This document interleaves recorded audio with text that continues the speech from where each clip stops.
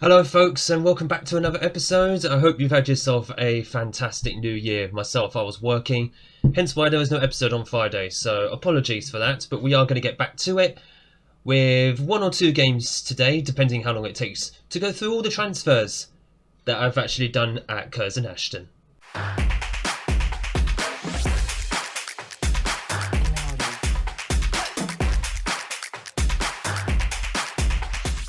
Alright, hello everybody and welcome back to episode 8 of Unemployed to Legend here with Curzon Ashton. My name is Craig and come up in today's episode we have a few transfers that we need to go through that I've finally bought in January, as well as one or two games, depending how long the episode takes, against AFC Telford and hopefully, potentially, York City in the National League North.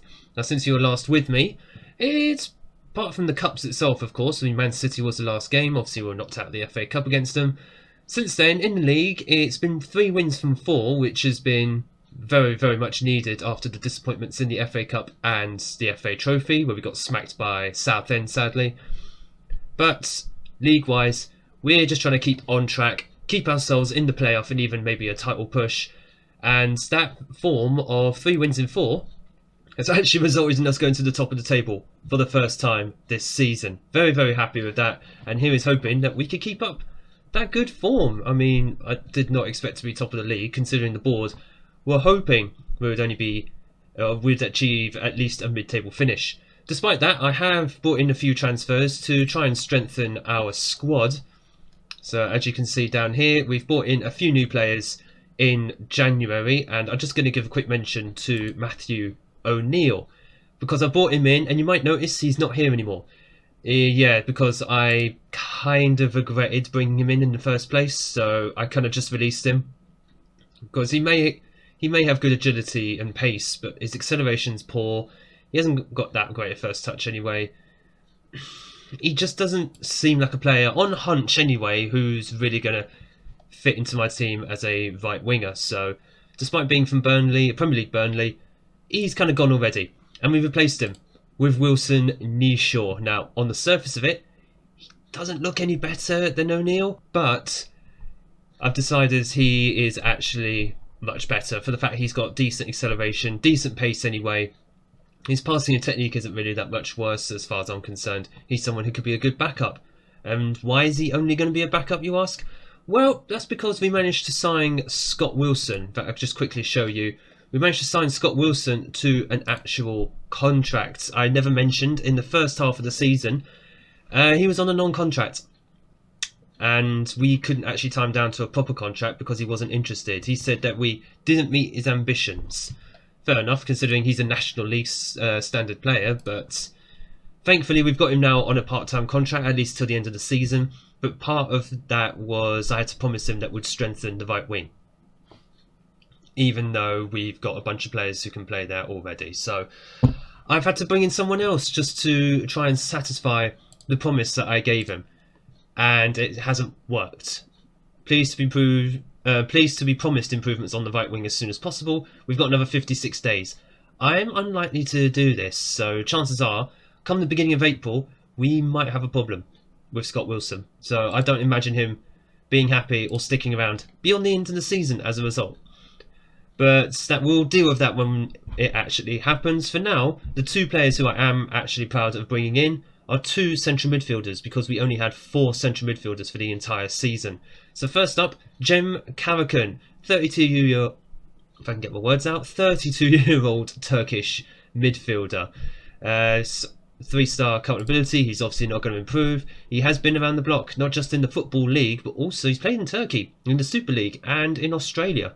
So he's got some good experience. And how did we get him in even though he's actually Turkish? Well, he actually has English second nationality, which means he's already fluent in English, which means we don't have to send him on a course, so good money saved. He's also considering being a coach in the future. He's already on a coaching course as it stands, so he could actually be added to my coaching setup once his career finishes. Or he leaves the club and, well, finishes as a player at the club and I just offer him a coaching contract, whichever one. Marcus Wood is the other central midfielder, 2.5-star current ability, 4-star potential, 23-year-old Englishman. He's someone I've actually had in a previous save in like FM21, or I think even FM20. So he was someone I was very happy to be bringing in. He's only made one appearance so far because we're trying to build up his match fitness. So hence why he's not that impressive on a 6.2. But as far as I'm concerned, he's someone who, once he gets match fitness, he will be fine. He will come in as that ball-winning midfielder. He can also play a bit further forward as well, as like a Mazzala role, which is quite handy because I use both roles in my team. So very, very happy with this particular signing. He's also quite athletic. Very, very handy at this level. So those are the current transfers. Those are the only ones that I've made, and probably the last ones I'll make this season. None have actually gone out. I've tried to offer players like Luke Merrill out on loan. I've tried to offer out Posher as well. Where is he? Marcus Posher. I tried to offer him out, but nobody's biting, so there's nothing I can really do. I can't exactly get rid of him at the moment. Although interestingly, he's made about how many appearances? 2 substitute appearances in the league, and he's averaged a 7.25. I'm not too sure what to think about that. Should I be keeping him? If anyone's actually played with Posher in their save, let me know. Is he actually good, decent, or just a good backup? He's a good backup for right back as well as centre back, although he's only 5'11", so I'm going to be very nervous about that. Regardless, this is going to be the first 11 that we are going to be sending out for the game against AFC Telford, who are currently sitting mid-table, so here's hoping we get a good result at home against them. Vucevic in goal, McLean, Wilson, Collins, Lati Fairweather in defence. That man, Jem Carricon, and Adebiyi in central midfield. Adebiyi now no longer the Mazzala. He's apparently good as a ball-winning midfielder, so we'll give him a chance, but Marcus Wood is on the bench just in case. Curran on the left wing, Hales Doherty on the right wing, Knowles and Emoting up front. Why is McKay not playing? Because Knowles is not happy about about not starting enough games, so he's an influential member of the squad, very influential player in the squad. I don't really want to upset him, so I want to keep him happy, so that's why he's playing a lot of games recently. To be fair, he's on a 7.19, so he's not exactly doing terrible, even though he's only scored 5 league goals and, well, he's got 4 assists as well in 19 league appearances, so it's not too bad. It's not the worst goal contribution in the world. But obviously, Jack McKay is someone who's on the bench. He's someone who's sort of my trump card coming off the bench because he does still score a plenty of goals. And here's hoping we get a few goals here today against Telford because we seem to be grinding out. Don't get me wrong, I'm not complaining, but we are grinding out results. About 1 or 2-0 effectively. So I would like us to actually get a big win. Let's make it count today, boys. Come on, they're 18th in the form table. We're 2nd. I'm not sure how much that actually counts in Football Manager, but I'm hoping it goes a long way to actually securing us 3 points. Hales Doherty is getting the ball forward here, but he's straight into the arms of Griffiths. On that tablet thing, it keeps swapping over the home and away sides, and it's just annoying. And I don't know why it does that. I don't know if that's just a Football Manager update thing, but it never used to do that before. Certainly not in FM21, but I wish Curzon would just stay over here and the away side will just stay over here. I get it's probably supposed to be a home and away thing, but it's just annoying that you have to keep swapping game after game after game.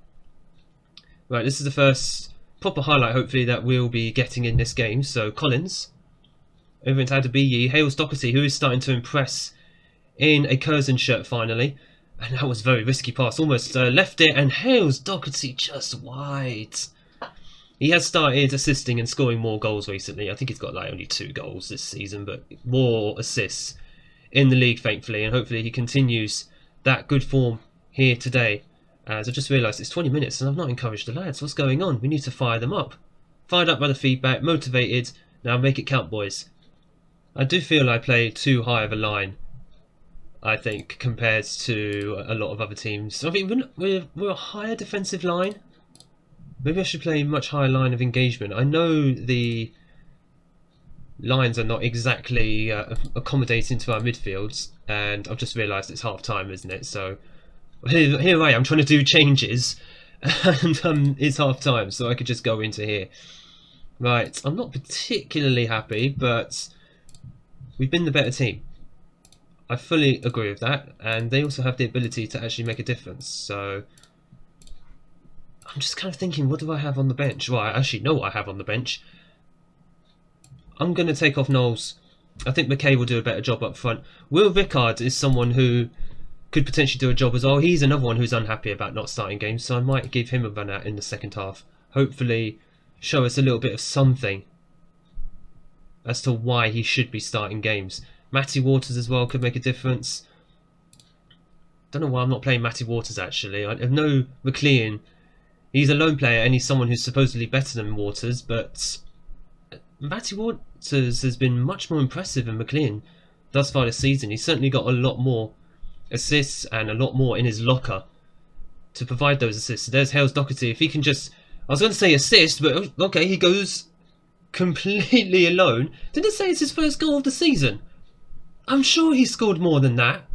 Great assist here, great little pass by Adebiyi. Hales Doherty steaming through. I thought he was going to centre that ball, but nope, he decides to take on himself, and I'm actually shocked that's his first goal of the season. I'm sure he scored. He scored in like a cup or something, so I'm very surprised if that's his first goal of the season. But regardless, he gives us the lead. Nice little finish into almost the bottom corner of the net, and it's 1-0 Curzon. Hopefully we can go on and bag a few more goals now, as I'm just looking at Telford at the moment. They are a little bit tired. I think they were supposed to play in midweek, but their game got postponed. Just games postponed left, right and centre. Not too dissimilar to real life at the moment, I guess. I thought that name was overall, but I don't want to actually say the name, because you say the name in Football Manager, they suddenly do well. So the player who shall not be named, it was on the ball there. Right, just thinking about some changes now as we approach the 70th minute. And Carricon is actually looking a little bit tired. How is Adebiyi looking? He's also tired as well, but he's had a better game. So I'll tell you what, Carricon's going to come off. Wood is going to come on. Adebiyi, I'll keep him on for the moment. McKay's already come on. And Will Rickards. Hales Doherty's having a good game, but he's also tired, so I really don't want to waste him down. To be fair, there's quite a few tired legs out there, despite the fact we've not played for a week. Coming on the ball here into Amotain, coming very, very deep, and there is Rickard. Let's see what he can do. Let's see if he is worth that starting position. It's a good save by the keeper. The shot was too close to the keeper, but Rickard showing some promise. Very, very good by that young man. Amotain with the corner into Wilson, and it has been cleared.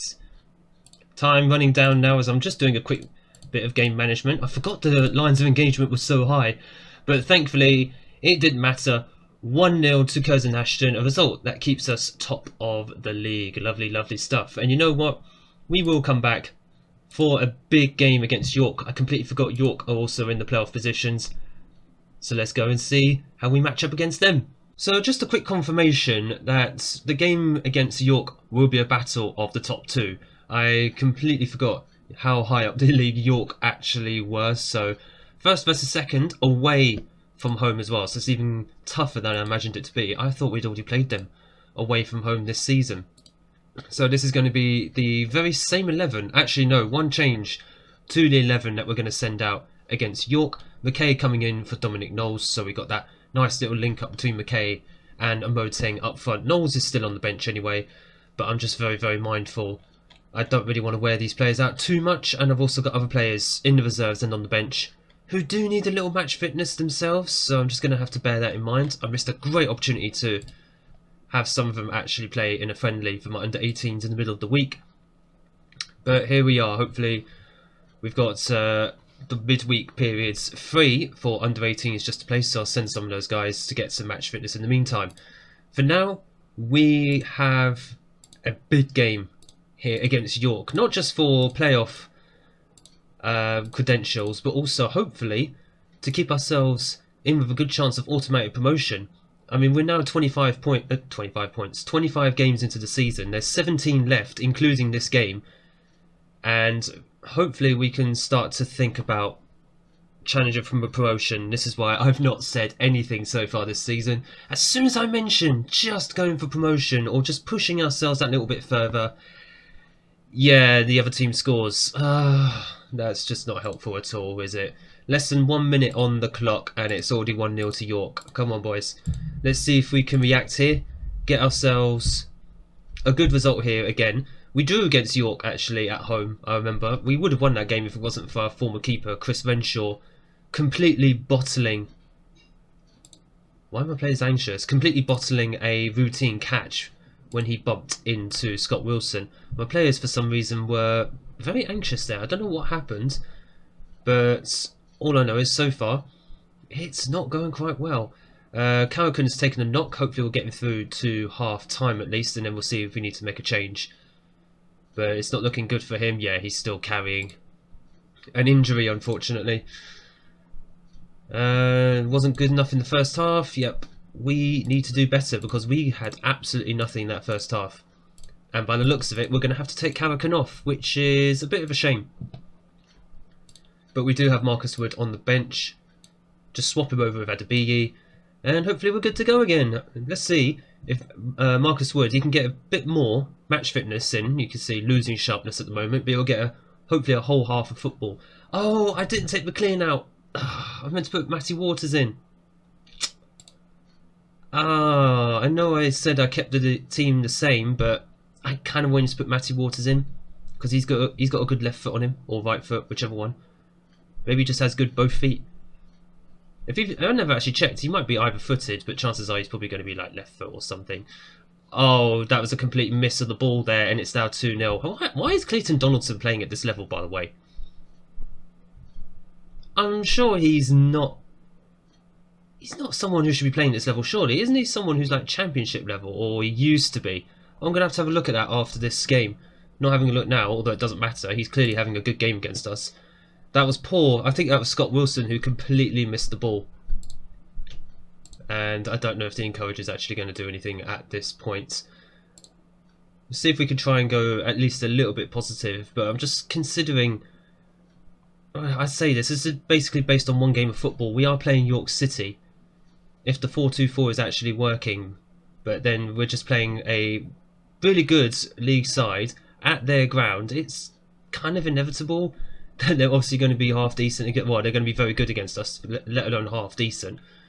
Adebiyi, oh, stinging shot, and it was a very good save by the keeper there. Could have got us back into the game, but we have got a corner. Don't rule us out just yet. Common takes. It has been cleared, and Adebiyi just stood still. You madman, go to the ball. 75 minutes gone, and I'm yet to make any more changes. Matty Waters is anxious. Not sure if I really want to be playing him then. McKay is going to come off. Actually, no. Emoting is going to come off. McKay will come on instead. So I'll tell you what. Emoting... What? Oh, for goodness sake. I'm going to have to undo everything, aren't I? Whoops, right. Will Vicard is going on. And so is Dominic Knowles. For Moteng. And McKay will go in that target forward slot. Once I get myself sorted out. There we go. Come on, demand more. It's motivated them. I've not used that very often, but then not really needed to so much this season. But unfortunately, in this case, it's probably not going to be enough because I think York just have that much better quality compared to us, which is a bit of a shame. But not completely surprising. And Donaldson, he's got to be offside there. No, he wasn't. It was actually a worthwhile chance for them, and that's a bit of a shame. Full time, 2-0. It's disappointing, but playing a top tier National League North side, but you should all be happy if we create that many chances more often than not. Did we create any chances? I think we had like maybe 2 chances. That didn't quite go well. Oh boy. All right. Okay, that didn't quite go well. We're down to 2nd in the league, but that's pretty much where we started top of the league, so it's a bit of a shame. And he's going to be out for 2 to 3 days. Please don't damage my cohesion. Alright, you haven't. Thank goodness. Right, we are going to be back probably halfway between now and the end of the season, so we're probably looking around late March. We'll probably be back. Especially if we're still in a playoff / title hunt, then I'll definitely be back late March. Most likely Gateshead and Kidderminster. In fact, Gateshead are around us in the league. Yeah, they're 3rd at the moment, so big game. Could be pivotal to our hopes of a title challenge or just a playoff challenge this season. If you've enjoyed this episode, make sure to hit the like button down below and smash the big red subscribe button so you don't miss a single upload of the remainder of this season on Unemployed to Legend. Thank you so much for watching. I look forward to seeing you all in the next video. And Happy New Year as well.